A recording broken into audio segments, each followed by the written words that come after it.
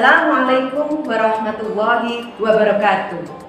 Alhamdulillah, kita panjatkan puji syukur kepada Allah Subhanahu wa taala yang telah memberikan kita kekuatan, kesehatan lahir dan batin kepada kita semua.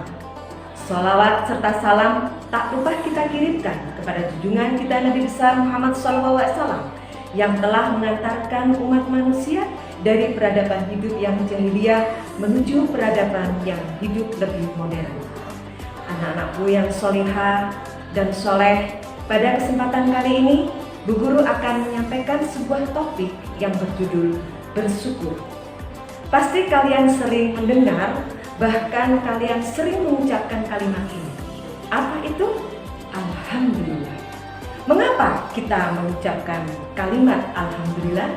Ya, karena kita mendapatkan sesuatu yang membuat kita bahagia. Kalimat yang kita ucapkan itu sebagai ungkapan rasa syukur terhadap apa yang sudah diberikan Allah kepada kita. Nah, sekarang apa itu bersyukur? Bersyukur adalah memuji Allah atas nikmat dan mengakui dalam hati, memuji dengan lisan, serta memanfaatkan nikmat untuk beribadah, bukan untuk bermaksiat. Nah, sekarang bagaimana cara bersyukur? Yang pertama, selalu mengingat Allah dalam hati. Artinya, di dalam hati kita senantiasa memuji Allah, selalu mengingat Allah kapanpun dimanapun kita berada.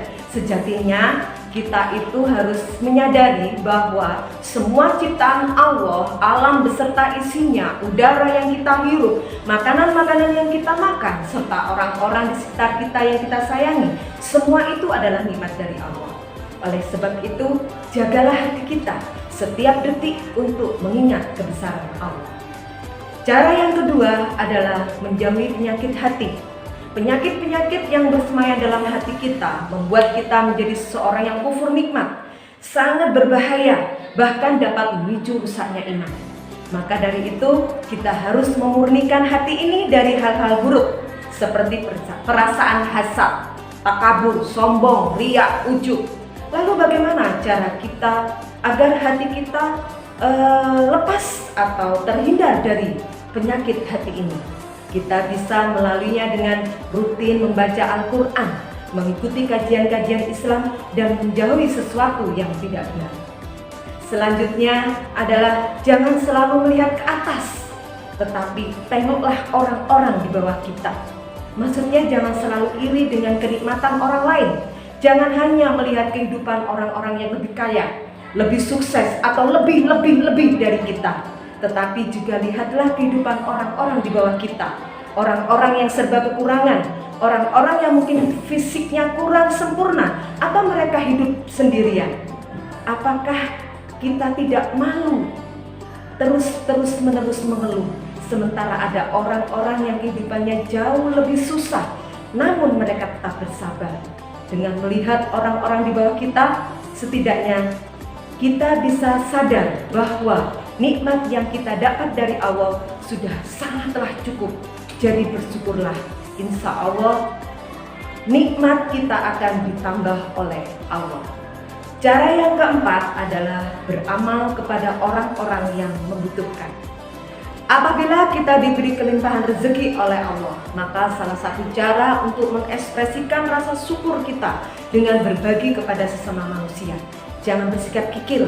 Ingatlah bahwa sebagian harta yang kita miliki ada hak orang lain. Oleh sebab itu, kita tidak boleh melupakan beramal atau bersedekah. Besar kecil nominal tidak menjadi masalah. Asal kita ikhlas, maka Allah pasti mencatat amal kita dan memberikan kita pahala. Di saat kita diberi nikmat yang berlebih, maka janganlah ragu untuk membagi nikmat itu kepada orang lain. Dan yang terakhir, wujud syukur yang terakhir berikutnya adalah memperbanyak senyum. Bukan berarti senyum-senyum sendiri, maksudnya senyum kepada orang lain. Senyum di saat hati ini ingin marah, senyum ketika kita dilanda cobaan, dan yang terpenting selalu menunjukkan raut wajah ceria. Ketahuilah bahwa senyum itu tak sekedar membuat orang lain menjadi senang, tetapi di hadapan Allah, senyum itu bernilai ibadah yang merupakan sedekah yang paling ringan. Maka dari itu, janganlah bersikap terlalu jutek atau acuh tak acuh. Cobalah untuk ramah. Jika memang kita sedang suasana hati bersedih, sebaiknya sembunyikan kesedihan tersebut. Dan janganlah membagikan raut muka masam kepada orang lain.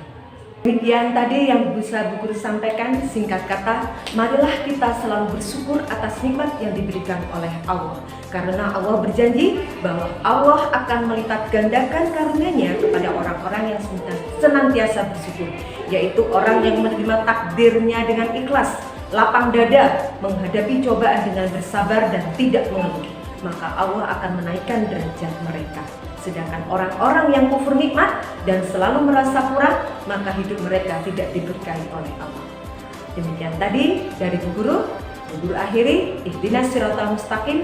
Wassalamualaikum warahmatullahi wabarakatuh.